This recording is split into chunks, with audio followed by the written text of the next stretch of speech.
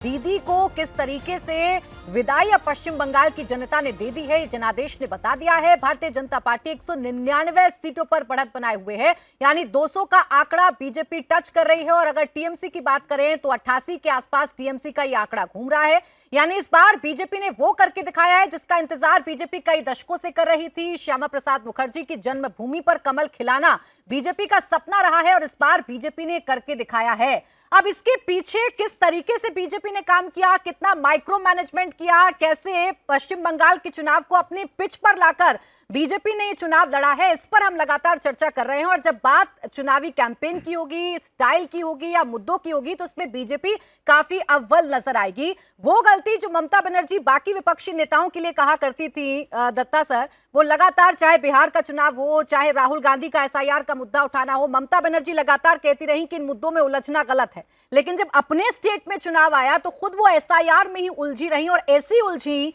कि पूरा का पूरा कैंपेन उनका धराशायी हो गया। वो ये बताना भूल गई कि 15 साल का उनका रिपोर्ट कार्ड क्या है, उनकी योजनाएं क्या है, उनका विजन क्या है।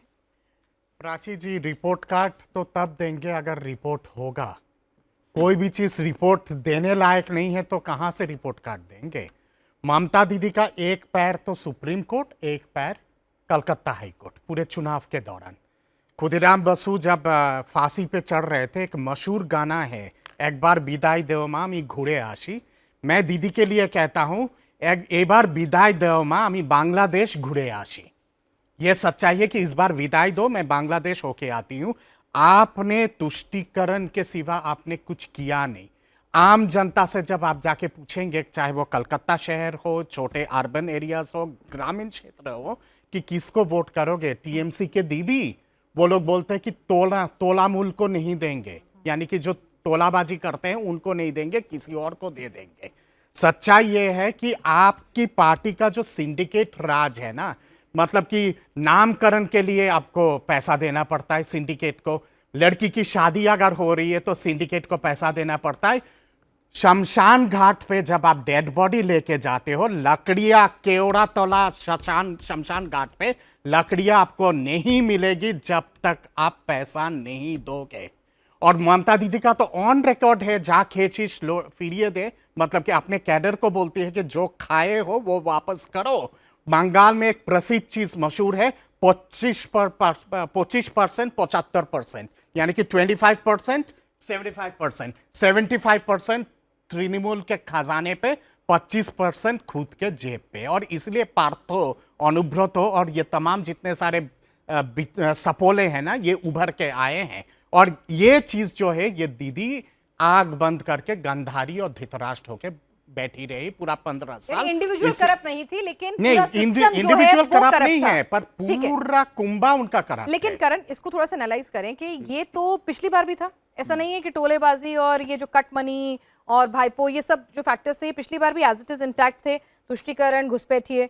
तो 2021 से 2024 में बीजेपी ने ऐसा कौन सा कोर्स करेक्शन किया और टीएमसी ने क्या वही गलतियां कर दी जो 2021 में बीजेपी ने की थी टीएमसी की पिच पर खेलकर? देखिए, एक तो सबसे पहली बात, पापों का जो घड़ा होता है ना, वो भरता रहता है। सबसे पहली बात तो ये है।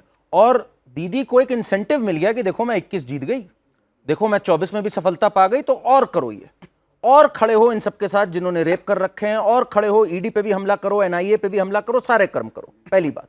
दूसरी बात, बीजेपी ने जो कैंपेन रन करी है, देखिए 2024 मैं के आपको बाद करण बीच में रोकना चाहूंगी। ममता बनर्जी बंगाल लोक भवन पहुंच गई हैं, तो क्या फाइनली दीदी ने अपनी हार एक्सेप्ट करके, क्या वो इस्तीफा सौंपने के लिए पहुंच रही हैं, क्या करने पहुंच रही हैं? अभी जरा दिलचस्प रहेगा, क्योंकि दीदी ऐसे आसानी से सरेंडर कर दे, हार मान जाए, बहुत ग्रेसफुली आगे रिजल्ट के बाद करेंगी, अभी तो नहीं करेंगी। रिजल्ट आने की पूरा डिक्लेयर होने के बाद, पूरा डिक्लेयर होने की बात करेंगी। ये बात जरूर है कि वो मान जाएंगी कि हाँ मैं जो हूँ हार गई हूँ। ये तो बड़ी बात है, ये भी बहुत बड़ी बात है। मुझे उम्मीद नहीं है। देखिए, अब तो ये बिल्कुल साफ है, इतनी बड़ी लीड जो होती है वो कभी खत्म नहीं होती है, तो मुझे लगता नहीं है। और पिछले सुबह से अगर हम बात करें 8 बजे से ये लीड बरकरार है। एक दो बार ऐसा हुआ कि 10-15 की हुई, लेकिन फिर ये लीड बरकरार। आपको याद होगा पिनास जी, उस दिन जब आपके साथ एग्जिट पोल कर रहे थे, माइनॉरिटी डोमिनेटेड एरियाज की जब बात हो रही थी, मैंने तब भी कहा था कि मालदा में, मुर्शिदाबाद में, 24 परगना में भाजपा की ऐतिहासिक जीत होगी। और उस समय भी मैंने कहा था कि 180 से लेकर 190 के बीच में होगा टैली, और वही रिफ्लेक्ट हो रहा है आज के डेट में। करण, आप दो अपनी- तीन चीजें मैं इसमें और ऐड कर देता हूँ। एक तो आपको ना शुभेंदु अधिकारी को बहुत सारा क्रेडिट देना पड़ेगा। शुभेंदु अधिकारी जो है वो बाकायदा उन्होंने चैलेंज लिया और ममता बनर्जी के सामने भवानीपुर में खड़े हो गए। आप यही इसको अगर आप कहें, अब आप इसको सही वो कहें या गलत कहें, कि जब आम आदमी पार्टी में की जीत हुई थी तब भी जो केजरीवाल हैं वो जो है सीएम के सामने खड़े हो गए थे जाके। तो ये मतलब आप ये कह सकते हैं वहाँ से सिमिलैरिटी हो सकती है, लेकिन जिस तरह से लोकल लीडरशिप जो है वहाँ पे बड़ी, उनके हाथ में कमान दी गई, लोकल लीडरशिप ने अपने काडर को जो है वो जगाया कि नहीं हम ये जीत सकते हैं, वो एक बड़ी बात होती है। महिलाओं के वोट को आरजी कार के बाद लगातार महिलाओं को अपने साथ जोड़े रखना, कि चाहे वो इंसेंटिव दे के या बाकी सब चीज़ों से जोड़े रखना। तीसरी चीज़ हिंदू कंसोलिडेशन करना।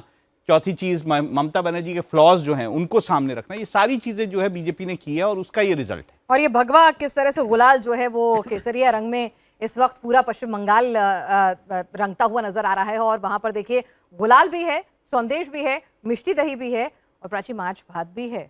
तो ये बदला हुआ बीजेपी का हिंदुत्व भी और है। झालमुड़ी कैसे भूल गए आप? झालमुड़ी भी है। आज सुबह से ही जो तस्वीरें आ रही हैं, बीजेपी के कार्यकर्ता जश्न कुछ अलग अंदाज में मना रहे हैं, कुछ बंगाली अंदाज में मना रहे हैं। जहां से मिर्ची लग रही है ना, उसी मिर्ची का इस्तेमाल कर रहे हैं, क्योंकि ममता बनर्जी आज सुबह से ही ये कह रही हैं कि जानबूझकर उनको हराने की कोशिश की जा रही है, जानबूझकर परेशान करने की कोशिश की जा रही है। लेकिन ये भगवा रंग और ये जो खुशी इस वक्त झलक रही है पश्चिम बंगाल में बीजेपी के कार्यकर्ताओं के अंदर, ये खुशी है दशकों के इंतजार के बाद ही आई है। और ऐसे इंतजार के बाद आई है जब बीजेपी को संघर्ष करना पड़ा, ऐसे इतिहास के साथ आई है जब बीजेपी के कार्यकर्ताओं को डर की वजह से अपने घरों में छुपना पड़ता था। आज वही पश्चिम बंगाल है जहां उनकी सड़कों पर भगवा रंग उड़ रहा है, बीजेपी के कार्यालय में जश्न मन रहा है। और ये कैसे सक्सेसफुल हो पाया, ये कैसे कामयाब हो पाया, यही लगातार डिकोड करने की कोशिश कर रहे हैं। लेकिन ऐसे में शहजाद, आपसे कमेंट जरूर लेना चाहूंगी। आज सुबह से दीदी की जितनी बार भी पब्लिक अपीयरेंस हुई है वो परेशान भी हैं और वो अभी भी उम्मीद से हैं। वो कह रही हैं कि परेशान मत हुई, इन्होंने स्लो काउंटिंग कर दी है, जानबूझकर खेला करने की कोशिश कर रहे हैं।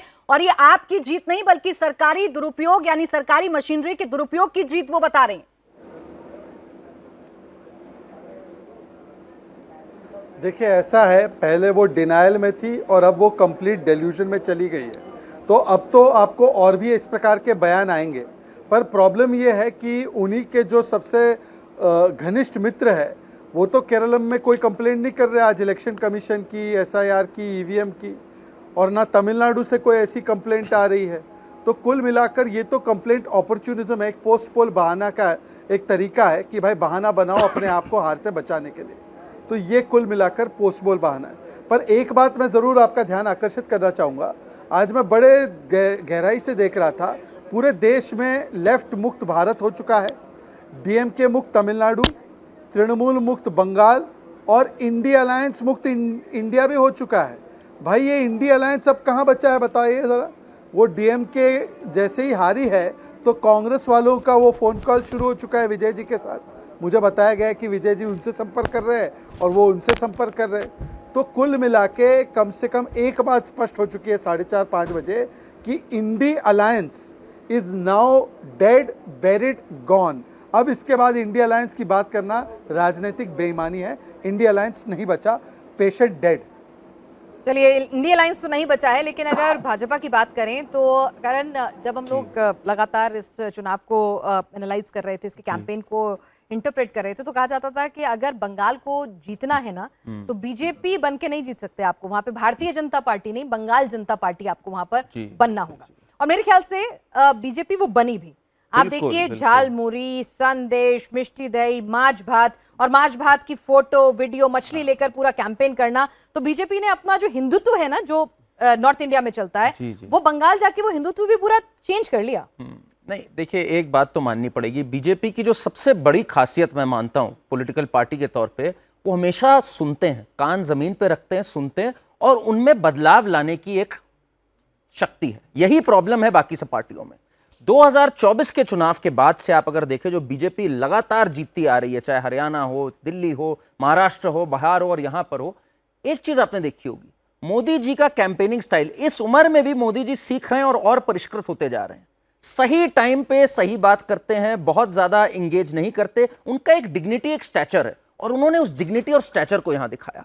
मोदी जी एक हैप्पी कैंपेनर लगे इस पूरे में। अगर आप देखें, कहीं फुटबॉल खेल रहे हैं, कहीं कैमरा से फोटो खींच रहे हैं, लोगों से बात कर रहे हैं, सही बात कर रहे हैं, एक हैप्पी कैंपेनर लगे। उधर दूसरी ओर हमें क्या देखने को मिला? दीदी कभी इनसे लड़ रही हैं, कभी किसी से लड़ रही हैं, कभी इलेक्शन कमीशन के बारे में कुछ बोल रही हैं, कभी जजों को बंदी बनाने की कोशिश कर रही हैं। तो ये कॉन्ट्रास्ट जनता ने देखा। साथ में पूरी मशीनरी एट वर्क को देखिए। योगी आदित्यनाथ जी की जो रैलीज आई, वहां उन्होंने यूपी मॉडल और बुलडोजर मॉडल और यहां का मॉडल का कंपैरिजन किया। अमित शाह वहां पर रुके रहे। स्मृति ईरानी ने कितनी अच्छी कैंपेन करी, डोर टू डोर जाके महिलाओं के बारे में बातचीत करी इस तरह से। तो एक decentralised campaign with the leader जिन्होंने अपनी डिग्निटी इंटैक्ट रखी, कोई पर्सनल बात नहीं करी किसी से। दूसरी ओर ममता बनर्जी पर्सनल पे पर्सनली होती रही, क्योंकि उनके पास कुछ बोलने को ही नहीं था। कभी ईसी से पर्सनल, कभी पुलिस से पर्सनल, कभी मोदी जी से पर्सनल। इनके नेता भी इसको लटका देंगे, उसको मार देंगे। तो ये पूरी तरह इसकी स्टडी होनी चाहिए, किस तरह से बीजेपी की कैंपेन्स मैच्योर करी। सेम चीज हमने दिल्ली में देखी थी।